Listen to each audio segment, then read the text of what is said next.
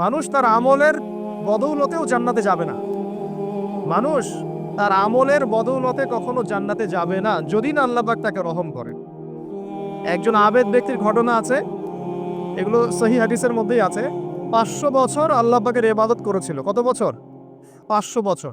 তাকে যখন বলা হচ্ছে যে তুমি আল্লাহর রহমতে জান্নাতে যাও, বলে বসবে কিয়ামতের মাঠে যে আমার আমলের বদৌলতে, তখন আল্লাহ রাব্বুল আলামিন তাকে ডেকে বলবেন যে তোমার সব আমলগুলোকে এক পাল্লায় রাখা হবে, আর আমি তোমাকে যে নিয়ামতগুলো দিয়েছিলাম সেগুলো এখন এক পাল্লায় রাখা হবে।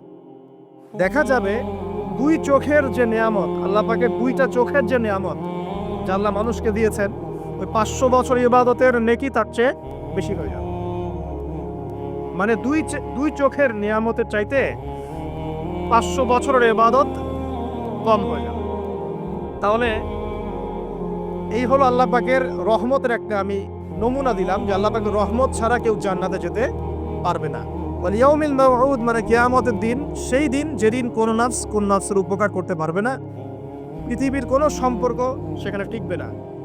সূরা আবাসার মধ্যে আল্লাহ পাক বলছেন ইয়াউমা ইয়াফিরুল মারউ মিন আখি, যেদিন ভাই থেকে পালিয়ে যাবে, ওয়া উম্মিহি ওয়া আবি, মানুষ তার বাবা এবং মা থেকে পালিয়ে যাবে, ওয়া সাহিবাতিহি ওয়া বানি, তার স্ত্রী পুত্র সন্তান এগুলো থেকে মানুষ পালিয়ে যাবে। লিকুল্লি ইমরিইম মিনহুম ইয়াউমাইযিন শা'নু ইউগনি, সেদিন প্রত্যেক মানুষ নিজের নফসের কথা নিয়েই ব্যস্ত থাকবে।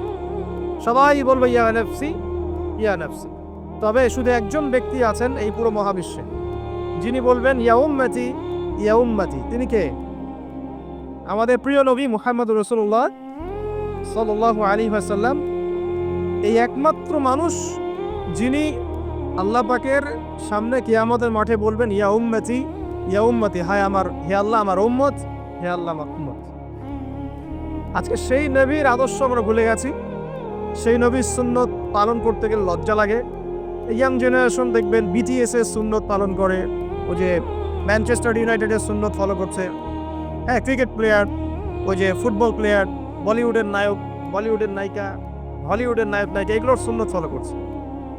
রাসূলুল্লাহ সাল্লাল্লাহু আলাইহি ওয়াসাল্লামের সুন্নাহ মতো দাড়ি রাখতে লজ্জা লাগে, তার মতো কাপড় পরতে লজ্জা লাগে, হ্যাঁ, তার আদর্শটাকে ফলো করতে লজ্জা লাগে। অথচ সেই মানুষটাই কিয়ামতের মাঠে এই উম্মতের পক্ষে কথা বলবেন যে হে আল্লাহ আমার উম্মত আমার উম্মত। আর এই মানুষটাকেই জীবিত অবস্থায় 15 বার হত্যা করার চেষ্টা করা হয়েছিল। কাকে? নবী মুহাম্মদ সাল্লাল্লাহু আলাইহি ওয়াসাল্লামকে। বিস্তারিত জানতে বিশ্ববিখ্যাত বই আর রাহিকুল মাখতুম এটা পড়ে দেখেন। জীবন, রাসূল সাল্লাল্লাহু আলাইহি ওয়াসাল্লামের পবিত্র জীবনের উপরে একটা সেরা বই আর রাহিকুল মাখতুম পড়ে দেখেন। তাকে প্রায় 15 বার হত্যা করার চেষ্টা করা হয়েছে এবং তাকে প্রায় 16টা গালি খেতে হয়েছে সারা জীবনে। কতগুলা? যার চরিত্রের মধ্যে জররা পরিমাণ কোনো পঙ্কিলতা নাই, তাকে মানুষ 16টা গালি দিয়েছে। মানুষ বলেছে এই ব্যক্তি জাদুকর, সাহের, নাউজুবিল্লাহ। এই ব্যক্তি কাযযাব, নাউজুবিল্লাহ। কাযযাব মানে মহামিথ্যাবাদী। কাযযাব মানে কি? মহামিথ্যাবাদী। তারপরে বলা হচ্ছে এই ব্যক্তি সাহের, জাদুকর। এই ব্যক্তি হচ্ছে মজনুন, পাগল। এগুলো মানুষ বলেছে, আইয়ামে জাহিলিয়াতের মানুষ। তো এই যে আবু জাহেল, আবু লাহাবরা যে কথাগুলো বলেছিল, আজকের এই সো কল্ড বাক স্বাধীনতার যুগে কিছু মানুষ এই কথা বলে না? বলে না? তো এরা কার উত্তরসূরি বুঝতে পারছেন? নবী সাল্লাল্লাহু আলাইহি ওয়াসাল্লাম বলছেন তোমরা সবাই শুধু বলো কুলু লা ইলাহা ইল্লাল্লাহ তুফলিহুন। হে আমার চাচারা, কুরাইশ বংশের যারা আছেন আপনারা, ইয়া মা'আশারুল কুরাইশ, আপনারা শুধু বলেন কুলু লা ইলাহা ইল্লাল্লাহ, খালি একবার বলেন যে লা ইলাহা ইল্লাল্লাহ তুফলিহুন, আপনারা সফল হয়ে যাবেন, আরব আজম উভয়ের রাজত্ব পাবেন। নবীজি বলছেন। তখন আবু লাহাব হাততালি দিয়ে বলছিল এই জন্য আমাদেরকে এখানে একত্রিত করেছো? তখনই হাততালি দিয়ে পাথর নিয়ে রাসূল সাল্লাল্লাহু আলাইহি ওয়াসাল্লামের দিকে নিক্ষেপ করেছে। নাউযুবিল্লাহ। তো তখনই আল্লাহ পাক আয়াত নাজিল করলেন। কোন আয়াত? তাব্বাত ইয়াদা আবি লাহাবিন ওয়া তাব, ধ্বংস হোক আবু লাহাবের দুই হাত, যে দু হাত দিয়ে সে পাথর নিক্ষেপ করেছে, ওয়া তাব, এবং সে নিজেও ধ্বংস হোক। দেখেন, কিয়ামত পর্যন্ত কোরআন থাকবে না, এই সূরাটা থাকবে না। তো কিয়ামত পর্যন্ত মানুষ কোরআন তেলাওয়াতের মধ্য দিয়ে আবু লাহাবকে গালি দিবে না? কিয়ামত পর্যন্ত মানুষ কোরআন তেলাওয়াতের মধ্য দিয়ে আবু লাহাবকে কিন্তু অভিসম্পাত করতে থাকবে যে তুমি ধ্বংস হও, তোমার দুই হাত ধ্বংস। এই হলো নবী সাল্লাল্লাহু আলাইহি ওয়াসাল্লামের শান। তাকে কষ্ট দিচ্ছে মানুষ, বলছে যে মুহাম্মদ সাল্লাল্লাহু আলাইহি ওয়াসাল্লাম এমন ব্যক্তি যার সন্তান জীবিত থাকে না, পুত্র সন্তান জীবিত থাকে না। তখন আল্লাহ রাব্বুল আলামিন আয়াত নাযিল করলেন, ইন্না আ'তাইনাকাল কাউসার, নিশ্চয়ই আমি আপনাকে কাউসার মহান মর্যাদা দিয়েছি। এটা শুধু হাউজে কাউসারই নয়, কিন্তু হাউজে কাউসার সহ এই যে দুনিয়ার তার সম্মান, তার নাম শুনলে আমরা দরুদ পড়ি, তার ইজ্জত, তার শান শওকাত, এগুলোও কাউসার, সবই কাউসার। তো নিশ্চয় আমি আপনাকে কাউসার দিয়ে দিয়েছি। ফাসাল্লি লিরাব্বিকা ওয়ানহার, আপনি মন খারাপ করেন না, আপনি আপনার রবের জন্য সালাত আদায় করেন, তার পথে স্যাক্রিফাইস করেন। কুরবানি মানে শুধু কিন্তু পশু কুরবানি নয়, এখানে তার পথে আত্মত্যাগ করা, যেটা রাসূল সাল্লাল্লাহু আলাইহি ওয়াসাল্লাম সারা জীবন করে গেছে। ইন্না শানিয়াকা হুয়াল আবতার, নিশ্চয়ই আপনার যারা শত্রু এরা সব নির্বংশ হয়ে যাবে। ওই যে আবু জাহেলের সুন্নতগুলো কিন্তু এখনো চালু আছে। দেখবেন সুযোগ পেলেই মানুষ রাসূলুল্লাহ সাল্লাল্লাহু আলাইহি ওয়াসাল্লামের পবিত্র চরিত্র নিয়ে কথা বলে। তো যারা অজ্ঞ তাদের ব্যাপারে আমাদের আফসোস অতটা নয় যতটা আমাদের এই মুসলিম যুবকদেরকে নিয়ে আমাদের আফসোস। মুসলিম পরিবারে জন্মগ্রহণ করার পরেও আজ পর্যন্ত কেউ রাসূলের জীবনী পড়ে দেখলো না, আজ পর্যন্ত রাসূলের সুন্নাত ফলো করার সুযোগ হলো না, তৌফিক হলো না। 5 ওয়াক্ত নামাজটুকু পড়তে পারছেন না, দাড়িটা ছাড়তে পারছেন না, টাকলুর উপরে কাপড় উঠাতে পারছেন না, হারাম রিজিক ছাড়তে পারছেন না, মাদক ছাড়তে পারছেন না, জিনা পণ ছাড়তে পারছেন না, অথচ আপনি রাসূলুল্লাহ সাল্লাল্লাহু আলাইহি ওয়াসাল্লামের উম্মত। আপনার জন্যই আমার জন্যই নবী সাল্লাল্লাহু আলাইহি ওয়াসাল্লাম কালকে আমাদের মাঠে সুপারিশ করবে ইনশাআল্লাহ তাআলা। তো সুপারিশ পেতে হলে তো যোগ্য হতে হবে নাকি? একটা সুপারিশ পেতে হলে তো যোগ্য হতে হবে। যোগ্যতা কি? এক বাক্যে উত্তর হচ্ছে আপনার 24 ঘন্টাকে আপনি নবী সাল্লাল্লাহু আলাইহি ওয়াসাল্লামের সুন্নাত দিয়ে ঢেলে সাজাবেন। একদম উঠবেন, বসবেন, খাবেন, চলবেন, ফিরবেন, কথা বলবেন, নামাজ পড়বেন, যত কাজ আছে সব হবে কার তরিকায়? রাসূল সাল্লাল্লাহু আলাইহি ওয়াসাল্লামের তরিকায়। যদি এটা শিখতে না পারেন, ওই যে আল্লাহর রাস্তায় সময় দিচ্ছে ভাইরা, 3 দিন 7 দিন 40 দিন চলে যান, দেখবেন 40 দিনের মধ্যে আপনাকে সুন্নত শিখে বাসায় পাঠিয়ে দিবেন সব। এমন কোনো জামাত নাই যেটা 100% পরিশুদ্ধ আছে। তো ওই বিতর্কিত বিষয়গুলো ছাড়েন, বিতর্কিত বিষয়গুলো আপাতত ছেড়ে দেন। সুন্নতটা তো শিখাবে আপনাকে, আপনাকে তো নামাজটা শিখাবে, জামাতে নামাজের পাবন্দি শিখাবে, হাদিস চর্চা শিখাবে, তালিম করা শিখাবে, দাওয়াত দেওয়া শিখাবে। এটুক শিখে চলে আসে। কমপক্ষে আপনি আপনার ব্যক্তি জীবনটাতে রাসূলের সুন্নাহটা প্রতিষ্ঠা করেন।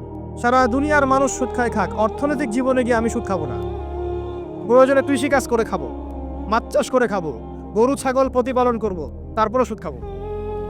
আমি ব্যবসা করতে গিয়েছি, ওখানে নবীর সুন্নত লাগবে, আমি মাপে কম দিতে পারবো না। সারা দুনিয়ার মানুষ দেয়, দেখ, সারা দুনিয়ার মানুষ মজুদ করে করুক, আমি করব না। সারা দুনিয়ার ব্যবসায়ীরা কালোবাজারি করে করুক, আমি করব না। একজন মুসলিম যুবকের চরিত্র হবে আমি। চাকরি করতে গিয়েছেন, চাকরি করা অবস্থায় যদি দেখেন যে হ্যাঁ আপনি নীতি নৈতিকতা বজায় রেখে করতে পারছেন, আলহামদুলিল্লাহ। যদি দেখেন এখানে আপনি ইসলামে টিকতে পারছেন না, রিজাইন দিয়ে চলে আসে, এসে নিজস্ব প্রজেক্ট তৈরি করেন। এমন অনেক মানুষকে আমরা চিনি যারা বড় বড় চাকরি ছেড়ে দিয়ে, হারাম চাকরি ছেড়ে দিয়ে কৃষিকাজ করেছে, করে আল্লাহ পাক তাদেরকে এখন স্বাবলম্বী করেছে। রিজিক কার হাতে ভাই? আল্লাহর হাতে। আর কোরআনে কিন্তু বেশি থেকে বেশি কৃষিভিত্তিক অর্থনীতির কথাই বলা হচ্ছে। দেখবেন কোরআন পড়ে দেখবেন বেশি থেকে বেশি কৃষিভিত্তিক অর্থনীতির কথাই বলা হচ্ছে এবং ব্যবসার কথা বলা হচ্ছে। এর মানে এই না আপনি চাকরি করতে পারবেন না, পারবেন যদি আপনি চাকরি করা অবস্থায় কোরআন সুন্নাহ ফলো করতে পারেন, আলহামদুলিল্লাহ। যদি না করেন, প্রতিবন্ধকতা থাকে, একেবারেই পারছেন না, দেয়ালে পিঠ থেকে যাচ্ছে, ছেড়ে দেন। পরকালটা কি ইহকালের জন্য নষ্ট করেন না। আল্লাহ পাক বোঝার তৌফিক দান। এবার সমাজ চালাবেন, এখানেও রাসূলের সুন্নাহ প্রয়োজন আছে। মন গড়া সুন্নত দিয়ে সমাজ সংস্কার হবে না, রাসূলের সুন্নত দিয়েই সমাজ সংস্কার হবে ইনশাআল্লাহ তাআলা। দাওয়াতি কাজ করব, সেখানেও রাসূলের সুন্নত লাগবে। মন গড়া স্টাইলে দাওয়াতি কাজ করা যাবে না। যেটা বলবো, যেটা করব, যেটা মানুষের জন্য কল্যাণকর মনে করবো, এটা রাসূলের পক্ষ থেকে দলিল থাকতে হবে। আল্লাহ পাক আমাদেরকে বোঝার তৌফিক দান করুন, আমিন। এবং এখানে শৈথিল্যতা প্রদর্শন করা যাবে না দাওয়াতের ক্ষেত্রে। গোলালো মার্কা সব তরকারিতেই চলে, এমন চললে হবে না। আবার খুব চরমপন্থী, মানে পান থেকে চুন খসলেই একজনকে খারেজি ফতোয়া দিয়ে একদম ভিতরে ঢুকাই দিচ্ছে, এইসব চলবে না। মধ্যমপন্থী তরিকা লাগবে। ওয়াকাযালিকা জাআলনাকুম উম্মাতান ওয়াসাতা, আল্লাহ পাক বলছেন এভাবেই আমি তোমাদেরকে মধ্যমপন্থী উম্মত করেছি। মধ্যমপন্থী উম্মত যারা শৈথিল্যতা প্রদর্শন করবে না, আবার চরমপন্থীও হবে না। চরমপন্থায় কি কোনো লাভ হয়? চরমপন্থায় কি ইসলামের উল্টা ক্ষতি হচ্ছে? আবার শৈথিলতাবাদী ওই আকীদায় চলে গেলে সমস্যা। তখন দেখা যাবে হারাম হালাল সব গুলাই ফেলছেন, আর একটা গোলালু মার্কা কনসেপ্ট নিয়ে কবরে যাওয়া লাগতেছে। আল্লাহ পাক বোঝার তৌফিক দান করুন, আমিন। এক কথায় প্রিয় ভাইরা, ওই কিয়ামতের মাঠে রাসূলুল্লাহ সাল্লাল্লাহু আলাইহি ওয়াসাল্লামই একমাত্র সত্তা যিনি পুরো উম্মার জন্য সুপারিশ করবেন ইনশাআল্লাহ তাআলা। তো সেই সুপারিশ পাওয়ার যোগ্য হতে হলে আমাদের চলনে বলনে কথায় কাজে ব্যবসা অর্থনীতি সব ক্ষেত্রে রাসূলের সুন্নাহকে সর্বোচ্চ অগ্রাধিকার দিতে হবে। অনেক আদর্শের কথা আমরা বলি, সবচেয়ে সেরা আদর্শ মুহাম্মদ সাল্লাল্লাহু আলাইহি ওয়াসাল্লাম। তার আদর্শের উপরে কোনো আদর্শ নাই। অতএব এই আদর্শটাকে মনে প্রাণে ধারণ করা, লালন করা, মনে মননে ধারণ করে বাস্তবে ইমপ্লিমেন্ট করা। আল্লাহ পাক আমাদেরকে তৌফিক এনায়েত করুন, আমিন। আল্লাহর সামনে জাহান্নামীরা বলবে, রব্বানা, হে আমাদের রব, আবসর নাই যে দেখলাম, তোমার আযাব দেখেছি আমরা, এখন পরকালের কথা, ওয়াসামি এনে যে শুনতে পাচ্ছি এখন আযাব, ফারজি'না, আমাদেরকে ফিরিয়ে দিন। কোথায় ফিরিয়ে দিবে? দুনিয়ায়। না'মাল সলিহান, আমরা সৎ কাজ করব, ইন্না মুকিনুন, আমাদের ইয়াকিন হয়ে গেছে। তার মানে সবাই বিশ্বাস করবে একদিন না একদিন, তাই তো? ঈসা ইবনে মারইয়ামকে যে মানুষ বলছে ক্রুসিফাইড, তাকে ক্রুসিফাইড করা হয়েছে, তিনি মারা গেছেন, নাউজুবিল্লাহ, বলা হচ্ছে না? আচ্ছা, ঈসা ইবনে মারইয়াম যখন নেমে আসবেন সবাই বিশ্বাস করবে না? সূরা মাইদায় এই জন্যই বলা হচ্ছে যে ঈসা ইবনে মারইয়ামকে যখন পাঠানো হবে, একজন আহলে কিতাব বাকি থাকবে না যে তার প্রতি ঈমান নিয়ে আনবে না। এমন একজন মানুষ তখন খুঁজে পাওয়া যাবে না যে তার প্রতি ঈমান আনবে না আহলে কিতাবদের মধ্যে। ঈসা ইবনে মারইয়ামকে ক্রুসিফিকশন করা হয় নাই, ঈসা ইবনে মারইয়ামকে আল্লাহ রাব্বুল আলামিন তার কাছে উঠিয়ে নিয়েছেন। আর যে আল্লাহ পুরো মহাবিশ্ব চালাতে পারেন, সে একজন মানুষকে উঠাতেই পারেন। এটা এমন কি বিষয় যে আল্লাহ রাব্বুল আলামিন আপনার দেহের মধ্যে রূহ রেখে দিয়েছেন, আর হুকুমে বের হয়ে চলে যাবে, সে আল্লাহ রাব্বুল আলামিন রাসূল সাল্লাল্লাহু আলাইহি ওয়াসাল্লামকে মেরাজে উঠিয়েও নিতে পারেন। সিম্পল, এটা অবিশ্বাস করার কি আছে? আসুন সামনে যাই। এখানে যে বিষয়টা, যে বহুদিন আগে এরকম প্রতাপশালী বাচ্চার অধীনে একজন জাদুকর ছিল। এই জাদুকরের যখন বয়সটা পুরো হয়ে গেল, তখন সে তার ওই বাচ্চাকে বলছে যে আমার তো বয়স শেষ, আমার এই বিশাল জ্ঞানগুলো কি করব? আমাকে একজন বালক এনে দিন, যেই বালককে আমি এসব জাদুবিদ্যা শিখিয়ে দিব। ওই যেরকম ছোট বাচ্চাদের মধ্যে আগে এরকম একটা ফুটফুটে সুন্দর বাচ্চাকে খুঁজে বের করা হলো, যে বাচ্চাটা বিচক্ষণ। একে নিয়ে আসা হলো জাদুকরের কাছে। এবার জাদুকর তাকে জ্ঞান শিখায়, জাদু শিখায়। জাদু শিখাতে শিখাতে শিখাতে শিখাতে সে একটু পরিণত হচ্ছে, মানে কৈশোরে পদার্পণ করে। এখন সে যখন জাদু শিখতে আসে, আসার পথে রাস্তায় দেখে একজন পাদ্রী আছে। পাদ্রী মানে কি? পাদ্রী মানে দরবেশ, মানে যে আল্লাহ বিশ্বাস করে, হয়তো আগেকার আসমানি কিতাবে সে বিশ্বাস করত। এমন একজন পাদ্রীর সন্ধান সে পায়। সেই পাদ্রীর কাছে গিয়ে বসে, সেই পাদ্রী তাকে আসমানি কিতাবের যে মর্ম, যে বাণী, এগুলো শোনায়। তার কাছে খুব ভালো লাগে যে মাশাআল্লাহ, এটা ঈমানের সার। যখন কোরআন শুনি আমাদের ভালো লাগে না, আসমানি কিতাব যখন শুনে তার কাছে ভালো লাগে। সে বলে যে আমি এটা শিখতে চাই। তখন এই পাদ্রী তাকে বলে, তুমি তো জাদু শিখতে যাও এই বাদশার দরবেশের কাছে, বাদশার জাদুকরের কাছে, যদি ওরা জানতে পারে তাহলে তো সমস্যা। তাহলে উপায় কি? যখন তুমি ওখানে যাবে, যখন দেরি হয়ে যাবে, তখন বলবে বাসার থেকে বের হতে দেরি হয়েছে, বাসার থেকে বের হতে দেরি হয়েছে। আর আমার এখানে বসে যখন বাসায় যাবে, তখন বাসায় গিয়ে বলবে যে ওখান থেকে, ওই যে জাদুকরের কাছ থেকে আসতে দেরি হয়েছে। মানে কৌশল অবলম্বন করতে তিনি শিক্ষা দিলেন। কৌশলের প্রয়োজন আছে না? উদউ ইলা সাবিলি রাব্বিকা বিল হিকমা, হিকমার দরকার আছে না? সত্য থেকে সরে গিয়ে নয়, কিন্তু কৌশল তো করার দরকার আছে। নবী সাল্লাল্লাহু আলাইহি ওয়াসাল্লাম যে হিজরত করেছেন, মক্কা থেকে মদিনা চলে গিয়েছেন, সবাইকে জানান দিয়েছিলেন, এই শোনো আমি হিজরত করছি, জানান দিয়েছেন।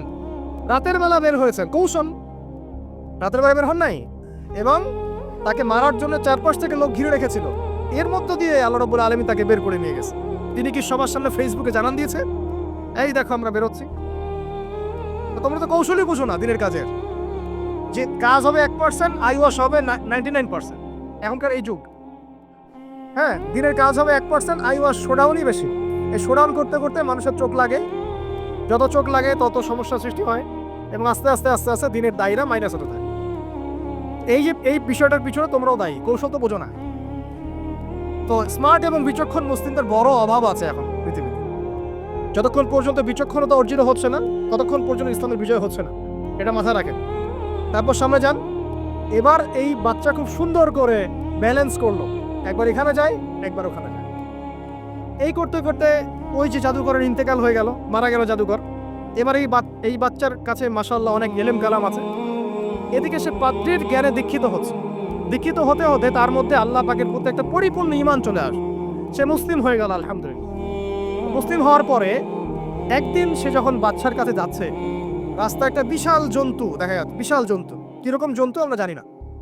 ঠিক আছে, দাব্বাতুল আরদ সামনে বের হবে। কিয়ামতের 10টা নিদর্শন আছে বড় বড়, তার মধ্যে একটা হচ্ছে দাব্বাতুল আরদ, জমিন থেকে পুরো একটা প্রাণী বের হবে। আর এখন মানুষ এগুলো বিশ্বাস করবে না আমি জানি, 2 দিন পর নাসা যখন বলবে তখন বিশ্বাস করবে। কথা কি বুঝতে পারছেন? তবে প্রাণী এই পৃথিবীর নিচে আছে। রাসূল সাল্লাল্লাহু আলাইহি ওয়াসাল্লাম বলেছেন 10টা আলামত না আসা পর্যন্ত কিয়ামত হবেই না। তার মধ্যে একটা হচ্ছে দাব্বাতুল আরদ, জমিন থেকে একটা প্রাণী বের হবে। এবং এই প্রাণী শুধু বেরই হবে না, মানুষের সাথে কথাবার্তা বলবে। এবার মানুষের সাথে কথা বলবে প্রাণী। বিশ্বাস করছেন এখন? বিশ্বাস করছেন না জানি, কিন্তু প্রাণী মানুষের সাথে কথা বলবে। আল্লাহ পাক বলাতে পারেন না? পারে। আচ্ছা সামনে যান। ওই প্রাণী যখন দাঁড়িয়ে আছে রাস্তায়, এখন এই বালক বলছে আজকে আমি প্রমাণ করে নিব যে আল্লাহর আনুগত্যশীল ওই পাদ্রী সঠিক নাকি ওই জাদুকর সঠিক। এবার সে একটা ইট হাতে নিল, পাথর হাতে নিয়ে এসে বলছে, আল্লাহ তোমার কাছে যদি ওই জাদুকরের কাজের চাইতে এই পাদ্রীর কাজ বেশি পছন্দনীয় হয়, এই ইটের আঘাতে এই জন্তুকে তুমি মেরে ফেলো আল্লাহ। এ বলেছে বিসমিল্লাহ বলে পাথর নিক্ষেপ করলো। নিক্ষেপ করার সাথে সাথেই জন্তু ডেড। তখন তার আইন আল ইয়াকিন, হাকুল ইয়াকিন হয়ে গেল যে হ্যাঁ, আল্লাহর কাছে এই পাদ্রীর আমলই সবচেয়ে বেশি পছন্দনীয়। তার আর মনে কোনো সংশয় থাকলো না। কিশোর মানুষ না, কতটুকুই বা বোঝে, বুঝেন নাই? এবার তার মধ্যে একটা ইয়াকিন চলে আসলো এবং সে পরিপূর্ণ মুমিন মুসলিম হয়ে গেল। এবার যখন সে রাজ দরবারে যায়, তার কাছে পেশেন্ট আসে, মানে একজন মানুষ এসেছে, সে বলছে যে আমার চোখের সমস্যা। সে চোখে হাত দেয়, হাত দিয়ে বলে যে আপনি আল্লাহর প্রতি ঈমান নিয়ে আসেন, আমি আল্লাহর কাছে দোয়া করব, চোখ ভালো হয়ে যাবে। এভাবে পেশেন্ট আসে, সে বলে আল্লাহর প্রতি ঈমান নিয়ে আসেন, আমি দোয়া করব, ভালো হয়ে যাবে। এভাবে আস্তে আস্তে তার নাম এবং খ্যাতি ছড়িয়ে পড়তে লাগলো। যেই তার কাছে আসে সে বলে আগে মুসলিম হন, ইমানদার হন, আল্লাহর প্রতি বিশ্বাস করেন, আমি দোয়া করব, ভালো হয়ে যাবে। চোখ অন্ধ ভালো হয়ে যাচ্ছে, কুষ্ঠ রোগী ভালো হয়ে যাচ্ছে, হ্যাঁ প্যারালাইজড রোগী ভালো হয়ে যাচ্ছে, আলহামদুলিল্লাহ। নবী ঈসা আলাইহিস সালাম এমনটা করেছিলেন না? আল্লাহ পাক চাইলে করতে পারে। একদিন ওই রাজ দরবারের একজন মন্ত্রী আসছে, এবার ওই রাজার একজন এমপি সাহেব, তার চোখের সমস্যা, সে আসছে, এসে বলছে যে আমার এই চোখের সমস্যা, আমার চোখটাকে ভালো করার দরকার, আমার কাছে কোনো ওষুধ আছে না? সে বলছে যে আপনি আল্লাহর প্রতি ঈমান নিয়ে আসেন, আমি আল্লাহর কাছে দোয়া করব, আপনি ভালো হয়ে যাবেন। এবার সে আলহামদুলিল্লাহ ঈমান নিয়ে আনলো এবং সে ভালো হয়ে গেল। ভালো হয়ে যাওয়ার পরের দিন যখন সে আবার ওই পার্লামেন্টে গিয়েছে আর কি, ওদের তৎকালীন রাজদরবারে, এবার রাজা ওকে দেখে বলছে যে তোমার তো চোখ অন্ধ ছিল, কিভাবে সেবা লাভ করবে? সে বলে না কিভাবে সেবা লাভ করলো, সে বলতে চাচ্ছে না, কারণ সে আজ করছে যে বললে সমস্যা হবে। এক পর্যায়ে তাকে খুবই পিটুনি দেওয়া হচ্ছে, রিমান্ডে নিয়ে গিয়ে কঠিন মাইর দেওয়া হচ্ছে। এক পর্যায়ে সে মারের যন্ত্রণা সহ্য করতে না পারে বলে ফেললো যে ওই বাচ্চা, তার কাছে গিয়ে আমি আরোগ্য লাভ করেছি এবং সে আমাকে বলেছে যে তার রবের প্রতি ঈমান নিয়ে আসতে, তাহলে আমি শেফা লাভ করব। এই বাচ্চা এখন বলছে ফিরাউনের মতো, যায় না রব্বুকুম আলা, আমি তো তোমাদের রব। নমরুদের মতো, আমি তো তোমাদের রব। ঠিক আছে, আমি ছাড়া তোমাদের কে রব আছে? আমি তো জানি না যে আমি ছাড়া তোমাদের কোনো ইলাহ আছে। এবার এই লোকটাকে হত্যা করা হলো, এই এমপি সাহেবকে হত্যা করা হলো, বিকজ সে ঈমান নিয়ে আস। এবার সেই বালককে ডেকে আনা হচ্ছে, বলা হচ্ছে বলো তুমি নাকি তোমার রবের নাম দিয়ে মানুষের ট্রিটমেন্ট করা শুরু করেছো?